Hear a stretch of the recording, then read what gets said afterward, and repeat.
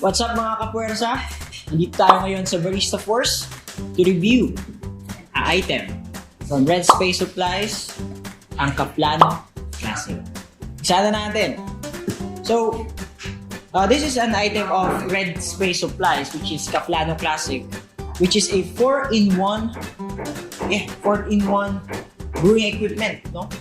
Kasi consist siya ng iba't ibang tools natin, especially if we are brewing coffee sa bahay or kahit sa ibang lugar, no?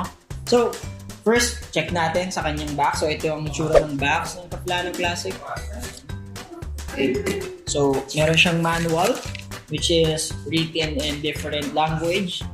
So, ayan nga. So, meron siyang drip kettle and cover. So, ito, kung mapapansin nyo, this is the spout of the Cafflano Klassic, which is nako-control yung flow ng water, kasi especially sa brewing or sa manual brewing, very important na makontrol natin yung turbulence o yung velocity ng tubig na binubuhos natin.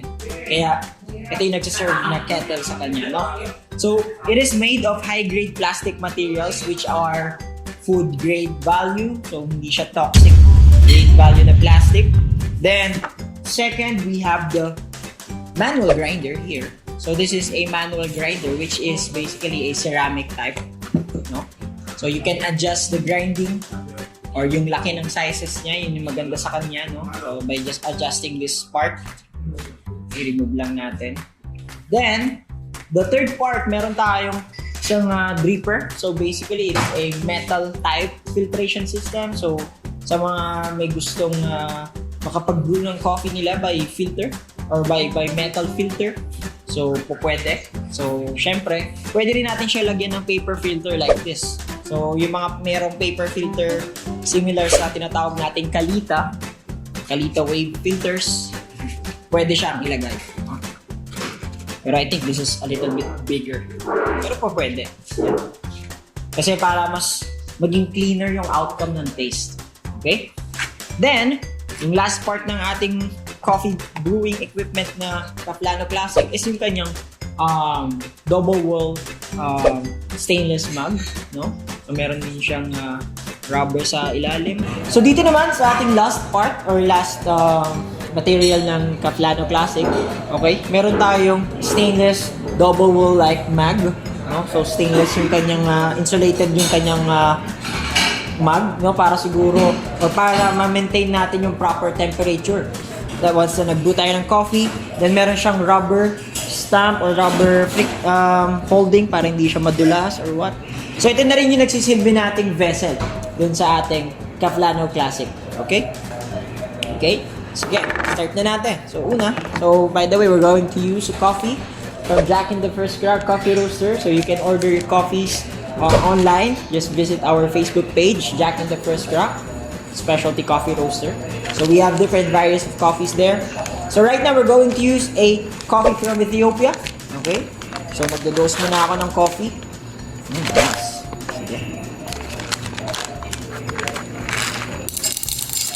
Then we're going to grind the coffee. Syempre, bago tayo mag-grind ng full grind, check muna natin yung grind size kung consistent na siya. So sa paggamit ng manual grinder natin, this is the adjustment knob. So you can adjust it kung mas coarse or mas fine yung ating grind size. Okay? So watch out lang kayo guys kasi yung gamit nga na material ng grinder ni Cafflano Klassic is ceramic. So bawal siya mabagsak or what kasi madali siyang mabasag, no? So mas maganda i-place na natin itong kanyang dripper dito para sasaluhin na kagad niya yung mga coffees na mag-grind natin. Alright. I-close mo lang siya ng ganyan para may hold siya. There. Okay. Tapos ilagay na natin yung lock niya. So huwag nyo kakalimutan itong maliit na piece na to. Baka dyan kayo magka-problem.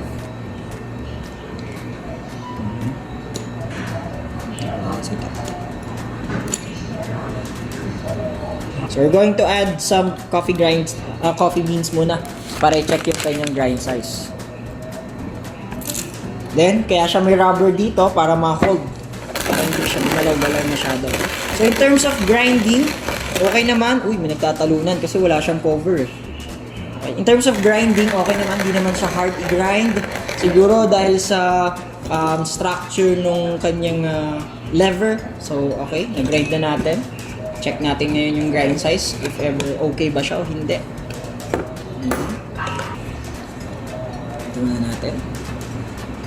So, para sa akin, medyo pipinuhin ko pa yung grind size.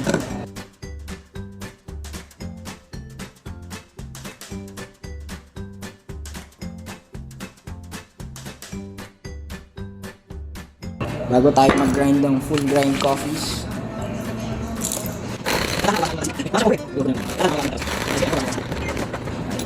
Then, yun, avoid grinding ceramic grinders ng walang coffee kasi baka pumurol yung kanyang grinder burst o yung ngipin ng ating grinder.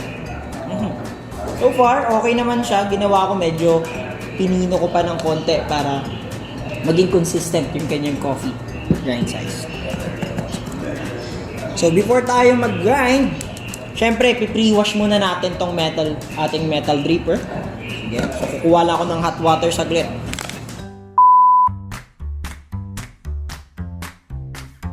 So bago natin gamitin yung ating plastic dripper, first wash muna natin siya. Ngayon, try na rin natin yung flow niya kung kumusta siya. So meron siyang lead para hindi bumaba agad yung temperature kasi plastic siya. Tingnan natin yung flow. Yan o, pagdating sa flow, it is very similar with a normal kettle. Pero syempre medyo parang uneasy or kakaiba yung paghawak kasi hindi katulad sa normal kettle like this. We can properly handle or we can properly control our flow. Pero, yeah, pwede naman. Sige. So, this time, I'm going to grind the coffees that I'm going to use. So, naka-preheat lang yung ating cup. So, idediretso ko na siya dito sa ating dripper. So, I'm going to use 1:15 ratio for this kind of coffee. Okay, close natin. Lagay natin ng diretso. Make sure nyo lang na nandun yung dripper nyo, ha? So, make sure na natin na naka-align. So, tsaka natin siya i-grind. Dahan-dahan lang. Ako, ang pinaka-fit ko when we are grinding coffee manually or like this kind of coffee grinder.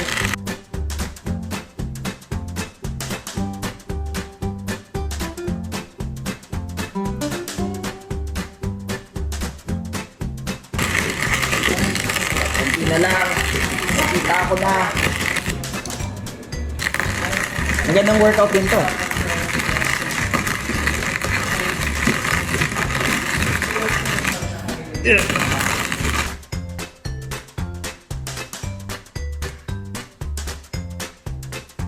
So make sure nyo na kapag nakapag-grind na kayo, ibubrew nyo kaagad yung coffee. Kasi there are chances na mag-deoxidize na to yung quality niya or yung compounds niya. So, baka mawala na ng lasa. So, remove na natin yung ating grinder. Then, to throw this water first. Okay? Then, kukuha ulit ako ng hot water na fresh. Wait lang, ha. Okay, this time we're going to measure kung gaano ba karami yung capacity ng ating kettle or yung kanyang specific kettle na kasama dun sa brewer. Measure natin. So, regularly, ang gagawin natin, 225 ml of water. Kasi we're going to use the ratio of 1:15. Okay, so sakto sa kanya yung 225. So, mineasure ko na sa kanya. So, pupur na lang natin siyang dire-diretso. Okay? So, we're going to weigh this coffee again para maging consistent yung ating brewing. Okay. So, let's start. So, just control the flow. Same as well sa hirapan yung flow ng ating water. Meron din naman siyang airflow.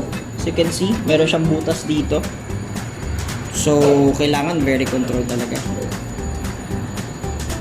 Tingnan natin kung sasakto yung sinet nating water o may magkukulang ba. Medyo kulang kasi may mga kumapit. Tsaka siguro iba nag-evaporate. Pero pwede siya on the go. For example, wala kang scale. Sundin mo lang yung measurement, yung line Makuha mo na yung tubig na sakto. So, antayin na natin siya mag-drip. No? Dun sa ating mug. Then, pakiramdaman natin yung init. Hindi rin naman siya sumusobra yung init niya. I think, nakokontrol niya rin yung dahil nga dun sa insulation na nilagay ni Cafflano Klassic sa ating mug. Try natin. Okay, I think we are finished with our coffee. So, I think it's better to drink the coffee straight up dun sa ating decanter kasi mukha nga siyang mug. Then yung insulation, hindi siya masyadong umiinit.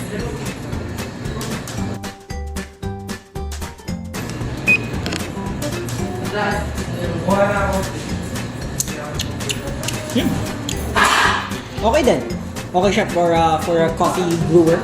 Na-achieve niya yung gusto kong lasa. So, again, I expect na mas magiging heavy talaga yung lasa niya. No? Okay.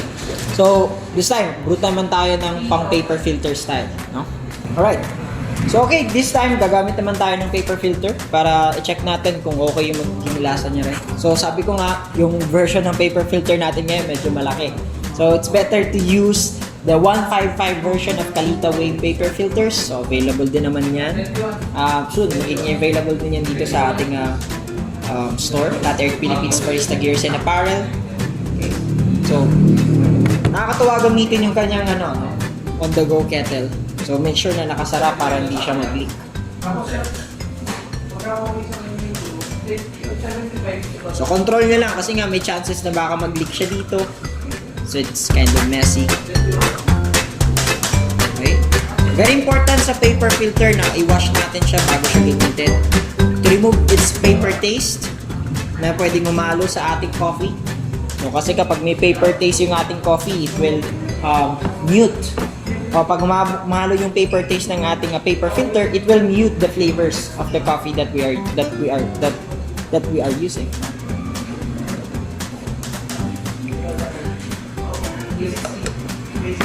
Ngayon, mag-grind tayo ng coffee. So ngayon, medyo may challenge lang tayo kasi nakalagay na yung paper filter natin Sabi ko nga, medyo malaki siya. So try natin siyang saluhin gamit tong aming stainless cup, no? Maganyan. Sige. So let's dose 15 grams of coffee again. So in terms of grinding, di naman mahirap. Normal talaga sa isang manual grinder yung medyo mahirap siyang i-grind, pero kung i-compare ko siya sa mga parang average level manual grinders, no? Okay naman siya. Pero syempre malayo yung kanyang efficiency of grinding sa komandante, sa 1-zip pressos. So okay naman siya kung ako tatanungin. Okay, grind na natin ating coffee. Place it here. Then, let's grind it. Hindi challenging siya ngayon.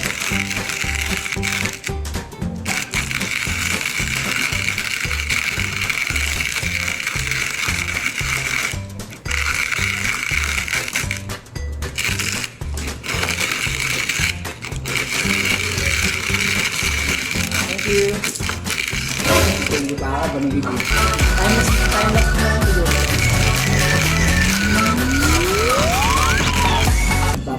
Nagpapawisan ba? Pinagpawisan, diba?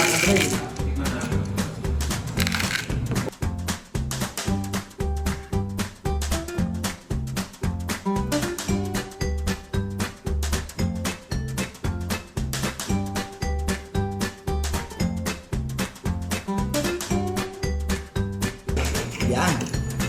Tapos din. Natin kung consistent.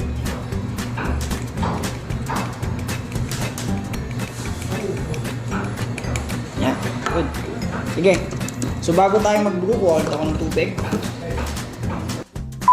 So ngayon, i-measure ko naman yung full capacity ng ating parang on-the-go kettle niya, no? So kanina kasi measure ko na yung 225. Hindi natin kung hanggang siya aabot. Hindi naman ganun kapulo. Dito lang sa kanyang line. So pag sinagat natin siya hanggang sa kanyang line, it can measure 275 ml of water. So mas maganda i-set up mo na ng ganun karami para hindi ka magkulang. Kasi yung iba wala silang weighing scale. So or may weighing scale sila, no? May kulang yung water. So, try na natin siya i-brew.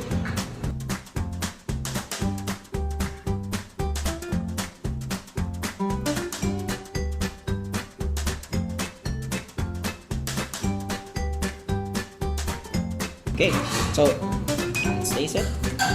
Separate ko lang ulit to.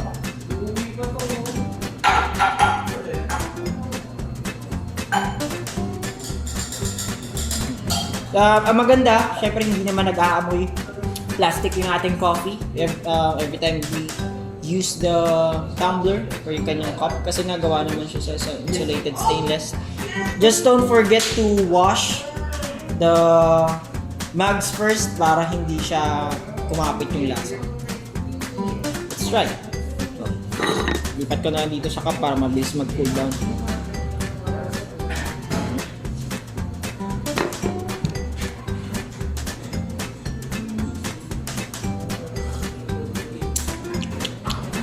Yeah, okay naman.